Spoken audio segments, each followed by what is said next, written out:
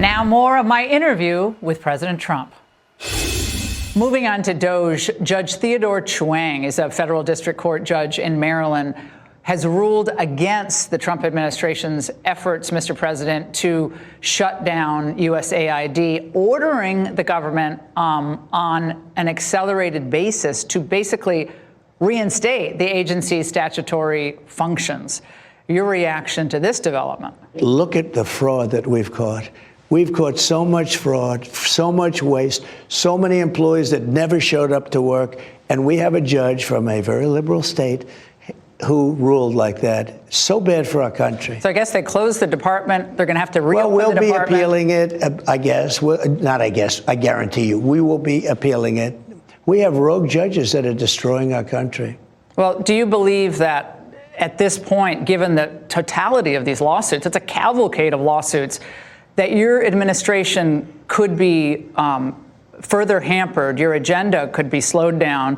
They're throwing monkey wrenches at you with these judicial rulings. Well, we have to go through an appellate process. That takes a long time. We have a judge that... Do you have time? We have a judge... That's the point. We have time. We're going to be making a lot of money because of tariffs. The good news is we've got it on... We're going to very soon be on an even keel. We're going to be taking in a lot of money. The Trump card, the gold card, whatever they want to call it, it's okay with me. Whatever's going to sell better is fine with me. It'd be nice to get a piece, but I don't get a piece. Okay, I get nothing out of it. All I do is want to make this country successful again. We're taking in tremendous amounts of money. We have car companies that are building here who 6 months ago we're going to build in Mexico, massive plants. They're building them in the United States. We have Honda is going to Indiana. We have them opening up in Michigan. It's amazing what's happening. But judges, for federal judges, district court judges, to order a sitting president to reinstate fired employees, you're the chief executive officer of the United States. Yeah. You order that these agencies be reviewed. Fired employees, many of whom didn't even report to work, many of whom were scamming this country.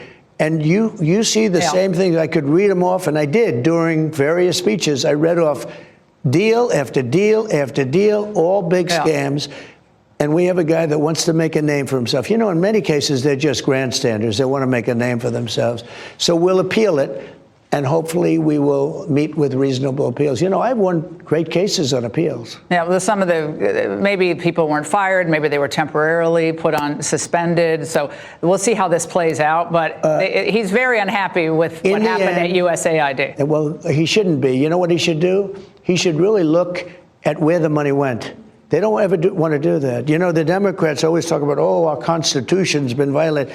The one thing they never talk about is, where did these billions of dollars go? They never want to look, because when you see where the money went and the scams, you don't even have to see anything. Just look at the heading and the scam that they've created. And a judge like him will never look at that. They'll just say, oh, you want to, it sounds so nice. USAID, isn't it beautiful?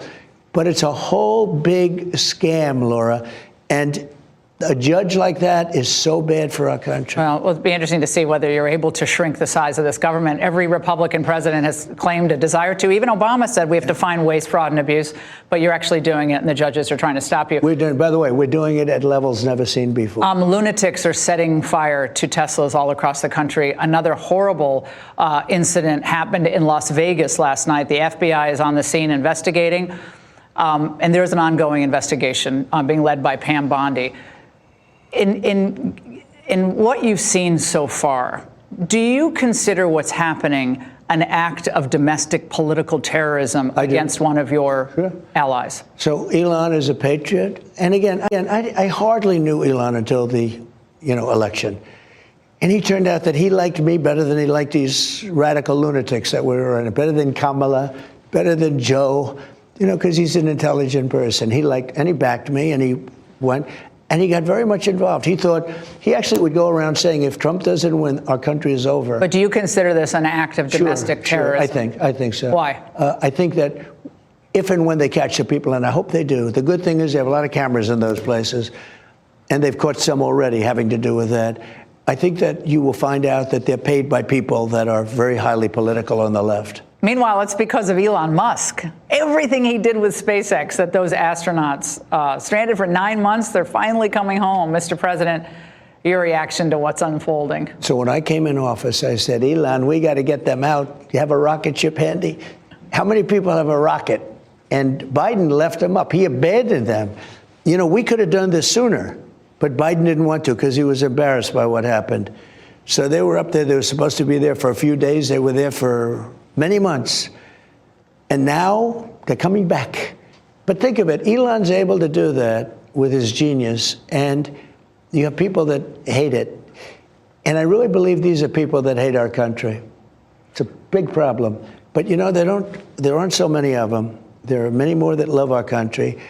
And they love our country now more than they have maybe ever in their lives. There's never been a movement like MAGA, like America First, call it whatever you want to call it. This is the greatest movement in the history of politics. What's the next stop for the astronauts? Are they going to be coming to the White House? No, they're going to, number one, have to get better. You know, when you're up there and you have no pull in your muscle, you have no gravity, you can lift 1,000 pounds like this. They have to get better. It's going to be a little bit tough for them. It's not easy. You know, they're up a long time. And when they do, they'll come to the Oval Office.